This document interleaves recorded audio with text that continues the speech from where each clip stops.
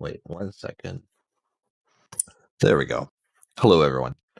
Welcome to another episode of Ridiculous Reads.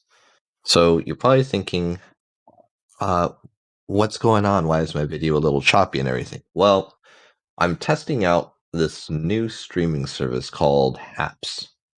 And I just want to see how well it sounds after it's done recording. I have it so there, but also it allows you to multi-stream to different platforms at the same time.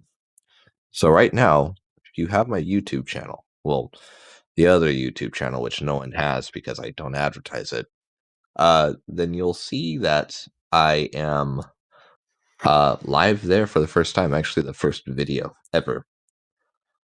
So I'm just testing it out right now just to see what it sounds like. Hold on 1 second. No, it sounds fine, just the video sucks ass. That being said, I am going to be reading another Chuck Tingle another Chuck Tingle book. And this book is called Bisexual Unicorn Vampires Teach Me the Importance of the Vampire Cough. If you guys don't know about Chuck Tingle by now, let me tell you a little bit about him. This is about Dr. Tingle. Dr. Chuck Tingle is a Hugo-nominated erotic author and Taekwondo grandmaster, almost a black belt, from Billings, Montana. After receiving his PhD at DeVry University, his holistic massage, Chuck found himself fascinated by all things sensual, leading up to his creation of The Tingler, a story so blissfully erotic that it cannot be experienced without eliciting a sharp tingle down the spine. Chuck's hobbies include backpacking, checkers, and sport. Singular sport, that is. So, real fast, about Ridiculous Reads, if you don't know, is just this little side project so I can read really ridiculous things out loud and just try and get a reaction out of myself and hopefully out of you guys as well. Excuse my throat because I needed to cough. And when I'm talking about ridiculous things, I also mean masterpieces. If you heard the first episode of Ridiculous Reads, it was another Chuck Tingle masterpiece, and I hope that you guys can enjoy this as well. So, without further ado, we will start the read. Bisexual Unicorn Vampires Teach Me the Importance of the Vampire Cough by Chuck Tingle.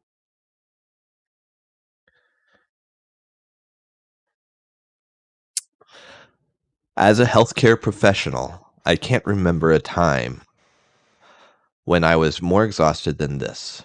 There have been plenty of moments when my ability to stay focused and alert was tested.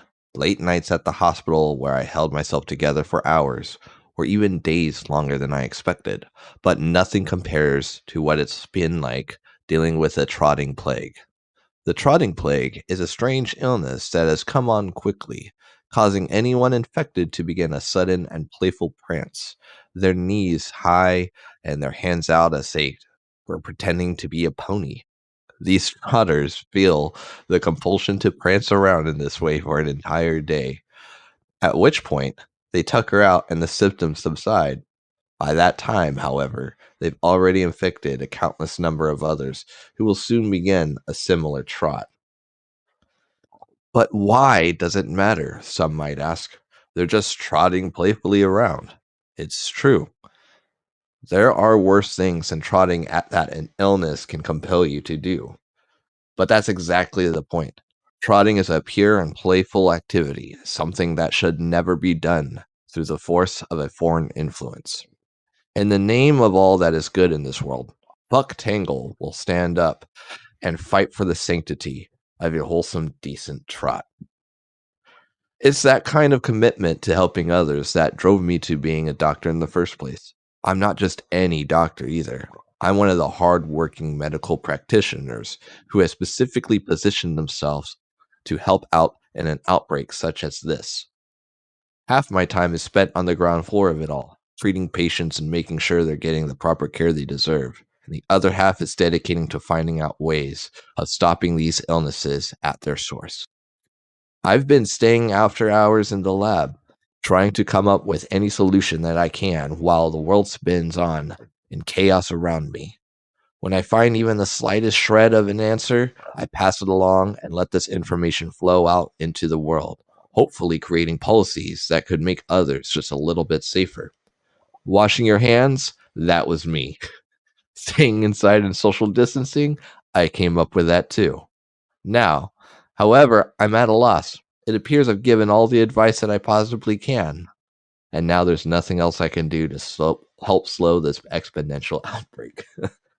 So if you can't tell so far, Buck Tangle, who is the protagonist of this book, is the reason why, the trotting plague is, slowed down and has not infected everyone yet so far.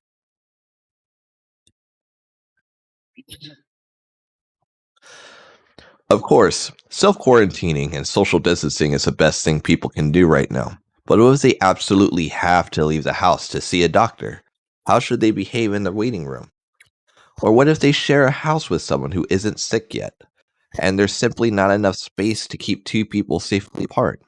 There must be more strategies left. Some untapped resource that can be scoured for helpful information.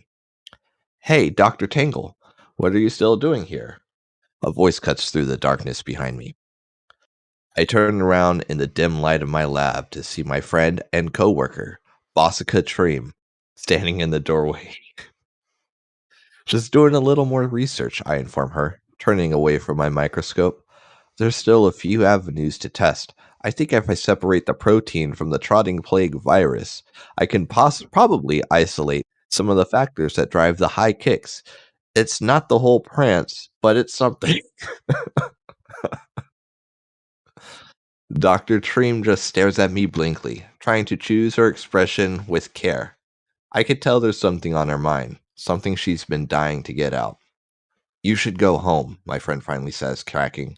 You've been here twice as long as anyone else. You're exhausted. I know, I counter, then shake my head. But I can't. We've got to get to the bottom of this. People are out there trotting for hours. Dr. Treem nods with understanding, then tries another approach. Listen, I know you really want to help, and so far you've done an amazing job. At a certain point, though, you're going to be too tired to be productive here. You've technically been off the clock for a while now, and that means it's time to get some rest. Take care of yourself. They need me, I reply stubbornly. Hank, they need you to think. They need you thinking clear and awake, Jessica reminds me. She's right, and I know it. Sometimes I can feel like the best course of action is just plowing forward, regardless of the internal cost, but it's rarely the correct move in the long run. And if we're going to make it through this thing, then we need to stay focused, and sometimes staying focused means giving yourself a break.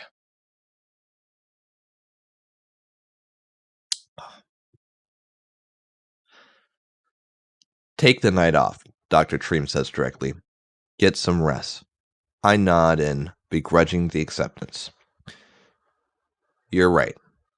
Bossica smiles and then leaves, letting the door drift close behind her. Moments later, I'm left in the dark silence of my lab once again, meditating on my next course of action. After a while, I force myself to tear away from the equipment, grabbing my coat and putting it on. I'm about to head out the door when something stops me in my tracks, a faint glowing light from the back of the room. Of course, this glow isn't unusual, but as a man of science, I rarely pay it much attention. Here at the hospital, we have many tools that we use in our daily quest for knowledge. It's important that all of them adhere to a scientific guideline in order to produce the best possible results, leaving some mysterious, otherworldly things that go untouched. I have one such item here in my lab, an ancient tome of knowledge that sits on a dusty shelf next to my medical journals. It's been said that gazing upon the words within can bend the mind of any who seek their cosmic knowledge. but I think that's a bit of an exaggeration. The book is not evil. It's just old and magic. It also kind of scares me. Still, if there is any time to take a look inside, it would be now. After all, I've tried everything I can manage to get the trotting plague under control. Maybe there's some untapped resources still waiting for me behind this ancient book. I turn and creep back through my lab, heading into the other room and allowing my eyes to look upon the strange glowing volume that sits on my shelf. I pull it off slowly, then open it up, my pupils shifting from the luminous glow. The language is old and strange, but I can make out the basic points. As I hold the book in my hand, it begins to flip from page to page as blown by some mystical wind. Eventually, the book lands on a page with a drawing of an ancient castle, the terrifying building spiraling upward in the sky, top of a mass of twisting stone towers. Vampire, I read aloud. Unfortunately, it's too difficult for me to translate the rest. I close the book, realizing exactly what I have to do. There's a vampire castle about an hour north from here. And while I'd always driven by the place with a healthy dose of fear and caution, I know that it's exactly where I need to go for the answers, what I'm looking for. An excitement in my step, I turn and head out the lab, grabbing a few trotting plague tests as I go. I've been doing everything I can to not venture out into this harsh new world, but at least I'll be able to test myself and not drag anyone else into this mess should I happen to be infected. So, turns out that in this universe, Chuck Tingle's books all are within the same universe. But I mean all of his books. It's called the Tingleverse.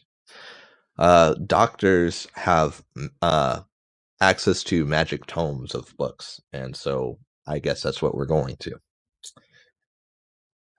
So, I'm thankful to find that the results of my trotting plague tests are negative, but any goodwill and glee immediately melts away as I pull up to the front gates of this enormous castle. I gaze at the massive structure perched atop this hillside, noting that there seems to be a permanent assortment of storm clouds clustered around it. That's a lot of S's. Lightning flashes twice in the distance, and moments later, a pair of cacophonous, thundering booms erupt my ears. I feel I've said that word wrong. Oh well. The gate itself is made of iron and hanging haphazardly from its rusty hinge. That's a weird word. Swaying back and forth in the wind. There's plenty of room for me to drive past, and that's exactly what I do as my heart continues to slam hard within my chest. It suddenly hits me that this is probably an incredibly bad idea, that just because some ancient glowing book told me I might find health tips at the vampire castle, I probably shouldn't be headed up there without telling anywhere where I'm going. And that's how he wrote it. In this moment, a powerful wave of caution and regret washes over me. Maybe I should turn around and head back home. The next thing I know, however, I've already arrived, pulling up to the front of this ancient castle and putting my car in park. The rain is pouring down hard, but the front door features an enormous overhang that will keep me dry should I decide to go through with this. I take a deep breath and let it out slowly, then finally make my choice. Without another moment of hesitation, I throw open my car door and run up the castle steps, continuing to barrel onward until I find myself somewhere to dry. I wipe the rain away and the wrap of the enormous entryway of this castle 3 times, the iron knocker ringing out with endless hollow booms within. I wait, then wait some more, eventually considering that the vampire rumors could be nothing more than gossip and lies. For all I know, this castle could have been abandoned for years. I begin to turn and walk away, but suddenly stop. The door cracks open and gradually swings wide with a long, loud creak. "Why, hello there," comes a deep and confident Transylvanian accent. I can't do a Transylvanian accent, sorry guys. The next thing I know, 2 figures are standing before me. One is a unicorn with a dark black mane and flowing cloak of shadows around him. He is tall and breathtakingly handsome, with eyes like holes that scare out at me from his shadowy surroundings. Next to this unicorn is a second horned creature, ravishing and beautiful in a cloak of her own. Her fabric is red, however, and it matches the stark crimson of her lips. Hi, I stammer, trying to regain my composure in the presence of these gorgeous gothic unicorns. We stand in silence for a moment, and at first I can't tell why suddenly I'm hit with the realization that it's my job to explain the reason for my arriving on their doorstep unannounced. Oh, sorry, I continue, struggling to collect my thoughts. I'm Dr. Buck Tangle, and I'm wondering if you could help me out with something very important. The two unicorns exchange glances knowingly, although I can't quite get the meaning of their expressions. I'm Count Rimble, the unicorn in black replies, finally turning back to face me. And I'm Countess Gorba, offers the woman with a sly grin. You may continue. I have this ancient tome of knowledge, I explain, stumbling over my words. It's this big, spooky book. I should have brought it with me, but I left it in my car.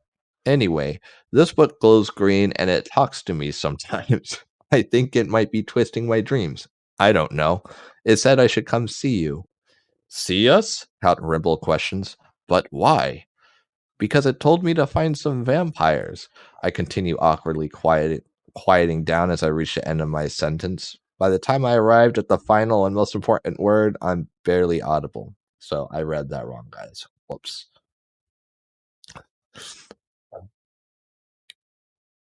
What was that? Count Rimble questions, alerting in a bit. Oh, I blurt, awkwardly scratching at the back of my neck. It said I needed to find some vampires. The unicorns suddenly erupt in a fit of laughter, rolling their eyes at the grand silliness of it all. Eventually, I start to laugh too, a wave of relief washing over me. Talking to a couple of beautiful unicorns is much less frightening than talking to a couple of beautiful unicorn vampires. Crazy, right? I chuckle. I knew it was silly. There's no such thing as vampires. Oh no, we're vampires, Countess Corba counters. We were just laughing because you found our book. We must have left it at the hospital ages ago. I probably dropped it back when I had my 5th century physical, Count Rimble says. Wait, so you are vampires? I question, immediately frightened again. Yes, but you've got nothing to worry about, Count Rimble continues. Don't worry, we don't such blood, only cock. that, was, that came out of nowhere. Okay. The unicorn vampires erupt in another fit of laughter. Do you want to come in? Countess Gorba questions, stepping to the side and waving me onward. I don't know, I stammer. The sucking off is up to you, obviously, but I think we can help you out with the health tip you're looking for, she offers. It's now or never. This is exactly the advice I was hoping to receive. Being around vampires is a little stressful, but they seem kind enough. And if they can help me curb the spread of the trotting plague in even the slightest amount, it will all be worth it. Before I come in, I suddenly blurt, you haven't been exposed to the trotting plague, have you? I just tested on myself on the way up here, and I'm fine, but I should probably make sure we keep our distance. Trotting plague? Count Rimble asked with a chuckle. We've been in self-quarantine since the plague. We've never leave. With that out of the way, I step inside, the door closes behind me, and seconds later, the entire living room erupts in a cascade of candlelight. There are melted wax stumps everywhere, lining the shelves and clustered upon the chandelier above, and every one of them flickers to life at the same time, as though through the use of some magic spell. A fireplace also roars to life, surrounded by an assortment of red velvet chairs. So let's get this health technique out of the way, Countess Garba offers, then motions towards a nearby seat. I follow her lead, taking my place in one of the soft chairs and watching as her husband stands before me. Oh, I like this one already.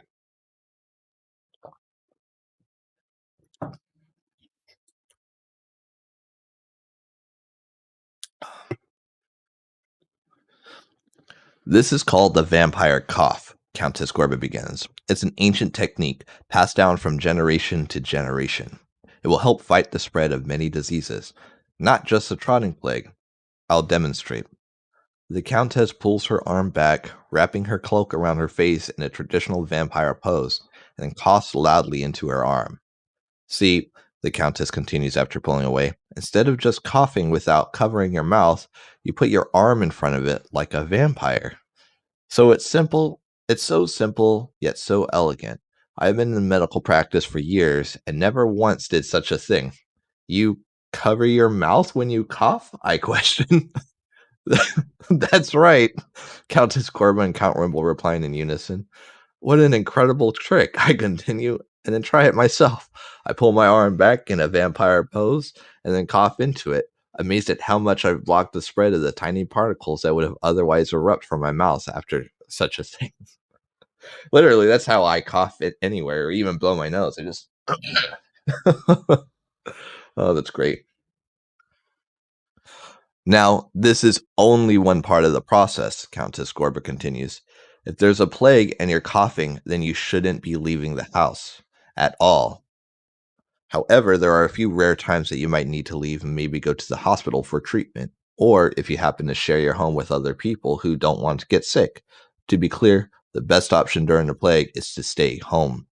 The vampire cough is a little something extra. Also, wash your hands. Understood, I reply, nodding in a state of thankful happiness regarding this important new information. I'm the doctor who came up with that, I believe it or not. I don't believe it, Countess Gorba replies flatly. The three of us sit in silence for a moment as the fire flickers and dances, casting brilliant moving shadows across our face and nearby stone walls. There's a heavy weight to this moment, something we're all thinking, but nobody wants to say it loud. I have to admit, these unicorn vampires are incredibly sexy. I find myself equally attracted to them in a way that simply cannot be denied. Would you like to leave now? Count Rimble finally offers, motioning towards the door. I shake my head. You two have been cooped up here for a while, I stammer, my voice trembling a bit. After giving me such good treatment advice, I feel like there's something I should be giving you in return. We are rather hungry, the Countess food talk.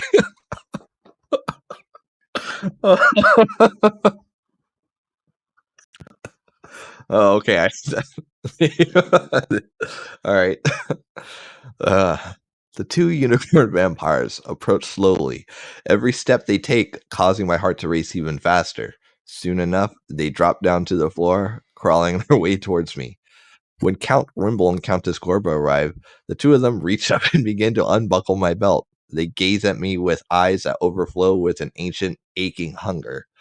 Soon enough, the vampire unicorns are pulling forth my swollen cock from its fabric prison, gasping loudly when confronted by my impressive size. What a meal, Countess Gorba offers playfully. Ladies first, Count Rimble replies. So, to anyone that's watching right now, I'm going to say I'm pretty sure this is where it's going to get very NSFW. So,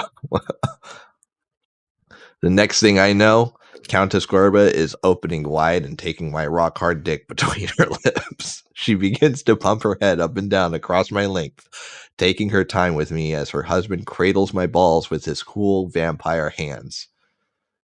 I begin to rock my hips in time with Countess Gorba's movements, the two of us quickly falling into sync with one another as a long, satisfied groan slips out from between my lips.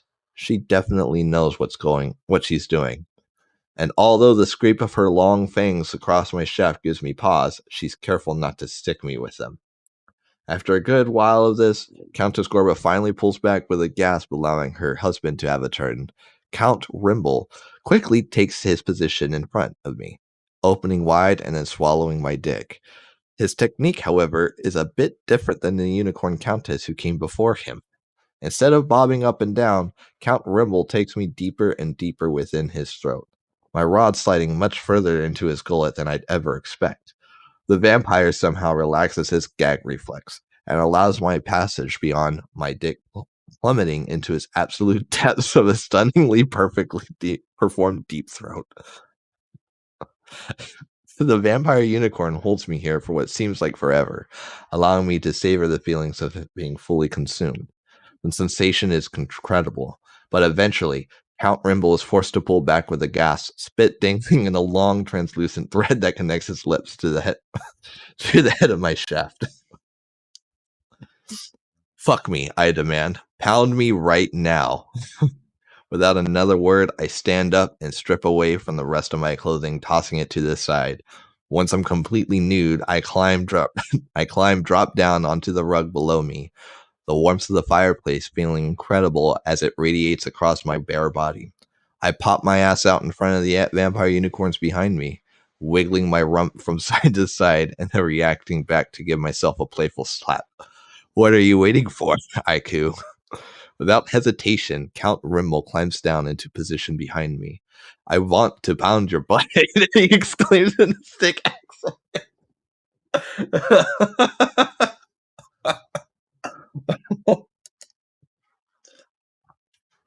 Oh, man. The vampire unicorn teases my back door for a moment with his enormous undead cock, testing the limits of my anal tightness and then finally plunging into me with a deep and powerful thrust. I let out a started gasp as he impales my body, not entirely prepared for his girth. My hands grip tight against the rug below, bracing for the vampire unicorn's weight. Count Rimble is utterly enormous, but he's a patient lover, taking his time with me. The vampire unicorn is slowly, at first, but gradually gaining speed as my body relaxes and we fall into a rhythm together. It's not long before we're perfectly synced, and sensations of our carnal bliss is passing back and forth between us.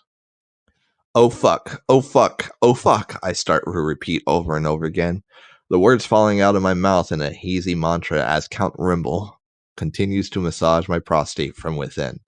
Every passing round, the words grow louder and louder until eventually I'm crying out at the top of my lungs, completely lost in the moment. Oh fuck, oh fuck, oh fuck.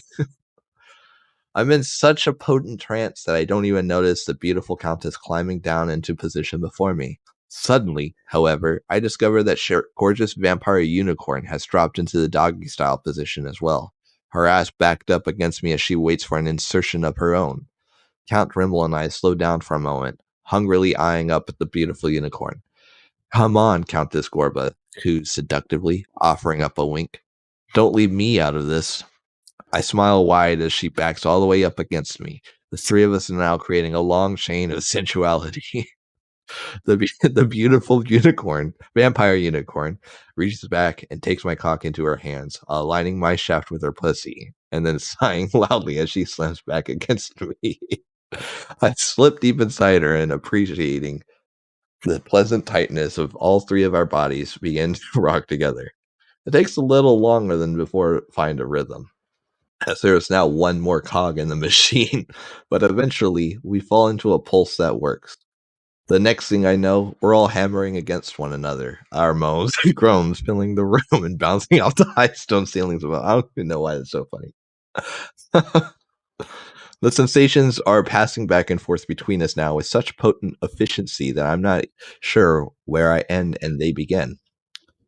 You guys hear that? That's a little doggy in the background. All I can feel is a radiant ball of pleasure completely overwhelming me from the inside out. I'm gonna fucking come, the unicorn vampire behind me cries out, elevating the speed of his hammering cock even more. He's giving it to me with everything he's got now, slamming into my asshole with the grace of a unicorn and the strength of a vampire. Suddenly, Count Rimble thrusts deep within me and holds me. I can feel his enormous rod blasting a payload after payload of hot white jizz into my rectum, filling me up to the brim until his seed comes squirting out from the edges of my tightly plunged asshole. The cum runs down the back of my legs in long, thick streaks, spilling everywhere. It appears Countess Gorba is on a similar timeline, because the next thing I know, she's coming as hard as well. The beautiful vampire unicorn throws her head back and lets out a frantic screams as powerful and orgasmic spasms erupt through her body. The pleasure almost too much for her to bear. She's lost in the moment, the muscles across her body tensing and releasing in unison until she finally collapses onto the rug in exhaustion. Feed us, the two unicorn vampires begin to groan, pushing me back up to my feet as they remain sprawled out on the floor below. The two of them are beating me off in tandem, their hands working my shaft and balls with expert precision as the erotic tension builds. Soon enough, the pressure is simply too much for me to maintain, and the next thing I know, I'm blasting forth with pump after pump of hot cum. My jizz splatters down across the vampire unicorns, who gobble it up hungrily. The three of us eventually find ourselves sitting by the fire, freshly cleaned off from one of the glorious castle showers, and wrapped in warm robes. I don't have time to stay long, however. I need to return to my duties as a doctor. I just don't know how I'm going to do it, I explained. There's a limited amount of patients that I can see in a single day, and I have to get this information out there. Social distancing, self-quarantining, hand washing, the vampire cough. These are ideas that I need to spread. Maybe you could write some books about them, Count Rimble suggests. That's a good way of getting information out into the world. I literally gasp as I hear this elegant solution. He's right. I've been thinking way too small. If I want to deliver this information to the masses, then I can't just tell them one by one. I've got to write a book. You know what else you should do? Countess Corba offers. Throw some sex in. Sex sells. People will come in for the fucking, but they'll always take away a little important message. I love it, nodding excitedly. I'll call one of them bisexual unicorn vampires. Teach me the importance of the vampire.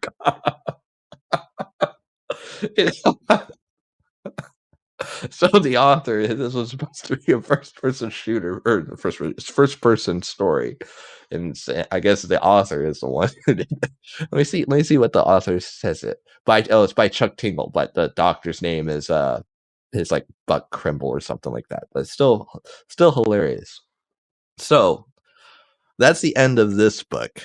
And I felt this one was a lot more graphic than the other one. And every time I read these stories, I just think of like, how do they come up with what they have to say, or how they come up with everything.